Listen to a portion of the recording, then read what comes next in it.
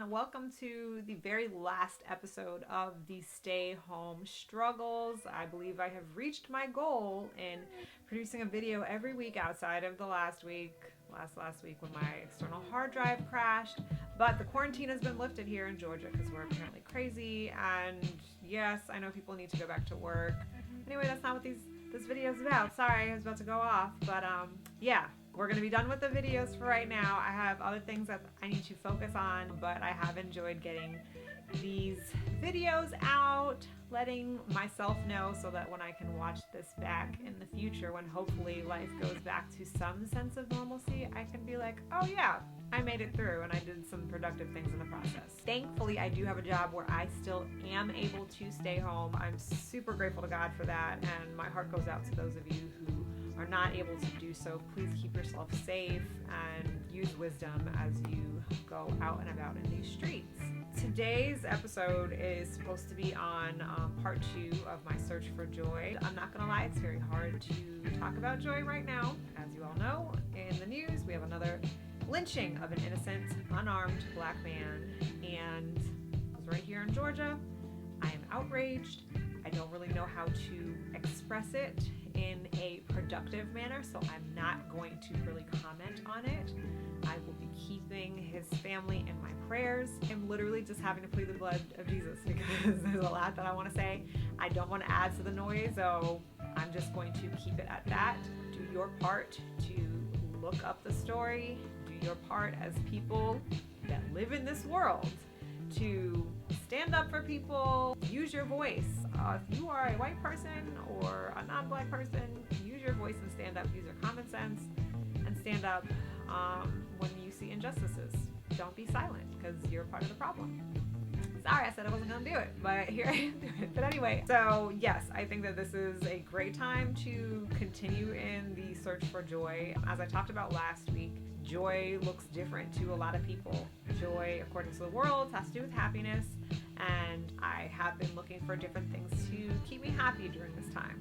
Like I said today, however, not very happy, and I'm not going to try to negate those feelings or, just brush over those. But what I do want to do is focus on some areas that I do have control over in my life, and that is organizing and making room. So this video is about making room in more ways than just one. So this whole journey kind of started with Marie Kondo and the fact that it's spring and a lot of people are doing spring cleaning, myself included. And being kind of stuck at home, I figured what better time and situation to go through my things than now.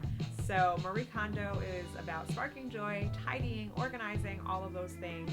I've only implemented some of her methods, not all of her practices. But as far as her organizational skills, she is a master whiz at tidying and putting things in the proper place. So that's what I decided to do. So let's take a look at some of the things that I was able to organize and get rid of to make room. So first of all, I have a few baskets on one of my shelves that have a lot of products. So I had one basket that was supposed to just be for makeup, but a lot of my hair care products were in it, along with some other miscellaneous things. So I started on that basket first. I removed all of the things that were not makeup items, and I was able to purchase a couple trays from Amazon, some clear plastic ones, so that, if things do happen to spill, it's easier to clean up. So by the time I was done organizing my makeup basket, I was able to put one of my trays in for my eyeshadow. So it's a lot tidier, things are a lot easier to find, and in Marie Kondo's technique, everything should have a home, and like things should go with like things. So it just made sense to put all of my makeup things in one makeup container. Next, I had a container with just some kind of bathroom type items. Like I said, I share a house with my aunt and other family members, and there's not a whole lot of room for me in the bathroom, so I needed another basket for some basic things. There's some shower stuff, there's some peroxide and rubbing alcohol and different things of that nature, so I put all of those things in this basket. I tidied it up. I didn't have any dividers for this basket, but I was able to make it look a lot more presentable. And then in my final basket all of my hair care products. I don't know if you've ever been around black women, or if you are a black woman yourself, then you know the struggle of buying tons of hair care products and then keeping them all in the bottom of the sink because you don't want to throw it away because you spent all this money on it, but you're not even using the product anymore. I am very guilty of this. So I had to go through a lot of stuff and look at expiration dates, think about like when is the last time I used this, and just be willing to part with it. But I was able to narrow it down. There's still some stuff in it that I'm not using right now, but once I change my hair, I will be able to use it. Either way, it's tidier, I'm happy, it's organized, and all of my hair products are in one basket. So next up, in addition to making room on my shelf and organizing some of those random items, I also decided to make room for my future. I tend to be a hoarder of negative thoughts, and in this quest of finding joy and making room, I wanted to kind of visually show how I'm going to change my thinking. So what I decided to do was make a list of thoughts that don't serve me anymore. So I tend to hang on to a lot of negative thoughts about the future. It's very easy to do that right now during a global pandemic where the future looks very bleak. But I've had these thoughts even before the pandemic. So, thoughts of not being married one day, not having kids, or not having a job that I absolutely love. And not to say that I'm promised these things, but I do want to have a better outlook on these things. I do want to try to look at my life through God's eyes instead of mine, because in my eyes it looks impossible, but I know all things are possible with God. I want to at least make room for those things in my mind and in my life. So I wrote out some of the things, and the biggest one being just I can't statements. I'm done with just saying I can't, I don't have enough, it's not gonna work, it's not gonna happen. So I took that list and I crumpled it up and I threw it away as a symbol of me getting rid of those thoughts whenever they come. It's not like I'm just going to totally pretend like I don't have those thoughts, but I'm not going to dwell on those. I'm not going to let them dictate my future. The biggest organizational task that I took on was getting rid of clothing. I had a whole suitcase full of clothes that I don't wear. Some of it in part to, I switch out my winter clothes and my summer clothes, but a lot of it was just things that I was like, maybe I'll wear them, maybe I'll be able to fit them, or, I kind of just want to hold on to them. They have sentimental value. I was able to go through this suitcase, go through my closet, and at the end of the day, I got rid of 4 bags of clothing, and I'm so proud of myself. So in addition to getting rid of clothes, making room for either new clothes or just downsizing, I was able to learn the Marie Kondo folding technique. And it's a really cool technique that basically allows for your clothes to take up less space, look tidier, and just keep things better organized.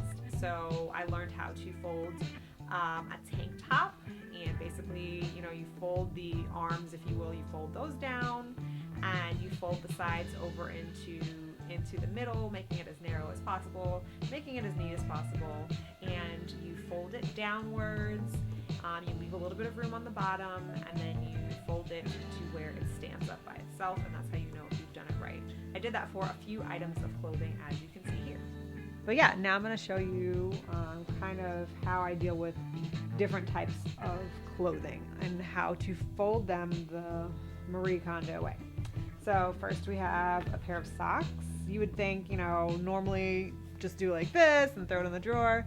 That's great and good. That can work. But with Marie Kondo, I think, and don't hold me to this, y'all, because I saw the video one time and I was like, I got it. I'm good, Marie. I don't need you no more.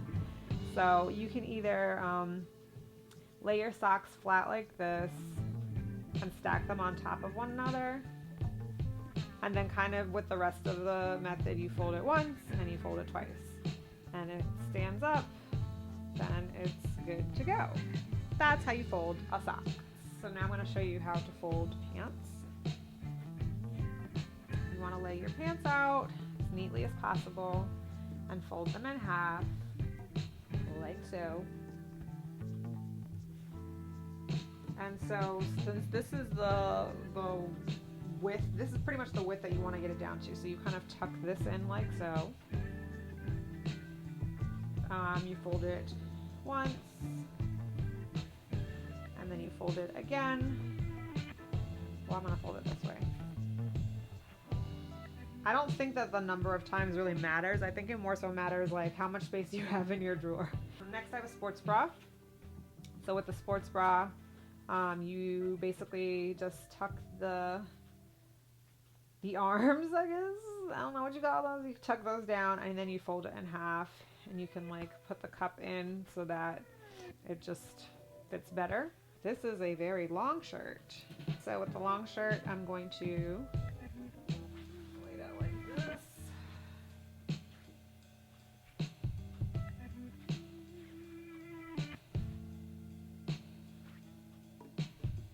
I'm going to fold it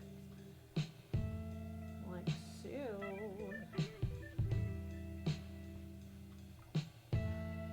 And then Marie would say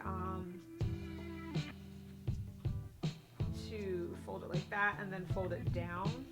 You don't just want to like it, well, I think you can if the sleeve isn't like super long, you can just fold it down that one time.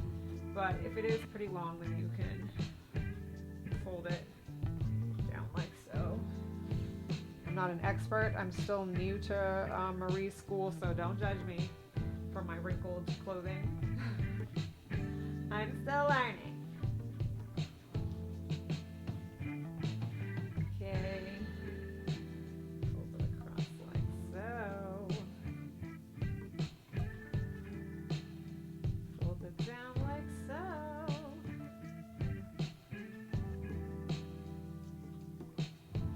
And you don't gotta be this meticulous with it. I mean, I'm gonna have to take this out and iron it anyway, so it's whatever.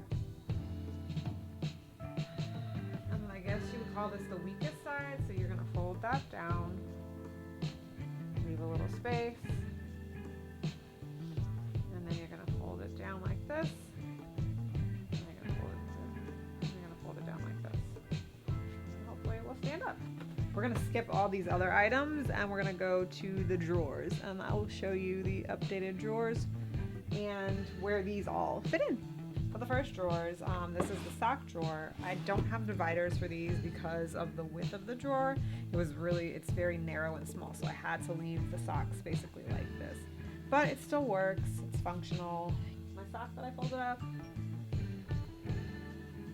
gonna put my socks here. Next up, we have this drawer. Oops, that kind of serves for like miscellaneous kind of t-shirt, tank top type things, I guess you could say. Couldn't really find a place for them in the other drawers. So yeah, what I folded off camera were some tights. So my tights go in here. And that completes this little segmented area. And the cool thing about these dividers, I find, is that even if you don't have like one for each one, if you can kind of like put them in between, it kind of serves as another divider. So like I put some other like a little pantsuit outfit that I have here and some other head scarves. And this one that y'all see me wear all the time, this lives in this drawer here in this little corner. The regular ones go there, and then the fancier ones go here. This is so random of me to share. I don't know why, y'all. This is TMI. Okay, moving on. Sports bras go here. Ta-da. Leggings, workout leggings go here. Okay, so this is kind of like a whole bunch of t-shirts. And then these are some more like either in the house or sleep pants. I'm gonna put them, can I fit here? Yeah. I'm gonna put you there. This t-shirt, we're gonna put you here.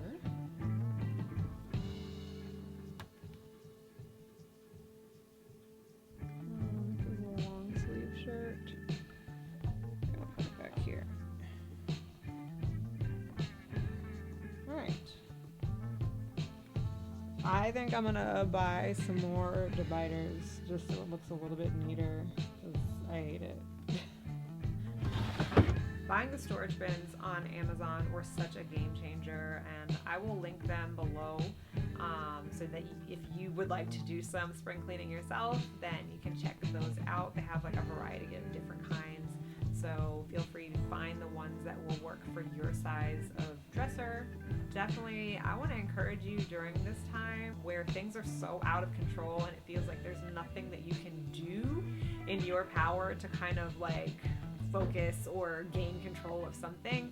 I would encourage you to try to organize some of those kind of messy drawers. There's something really cathartic about seeing things put in line and put together when everything out in the world is like so helter-skelter and there's like you literally can't do anything to fix a lot of these issues. Making small steps like this, like tidying, can really be a game changer. So I encourage you, if that's something that you have the time to do, maybe a little bit each week, go through your drawers, see what's kind of just like cluttering up space in your drawers, in your closets, but also in your mind. Get rid of those thoughts that no longer serve you, that don't fit you anymore, and make room for the things that God wants to do in your life. Make room for the things that do serve you and will help you have a better outlook on life. So I hope that you've enjoyed this journey with me. Thank you so much for rocking with me this whole time. I appreciate you guys. I love you. I might make a couple of videos here and there as we go, but as for now, stay well, stay encouraged, and stay up.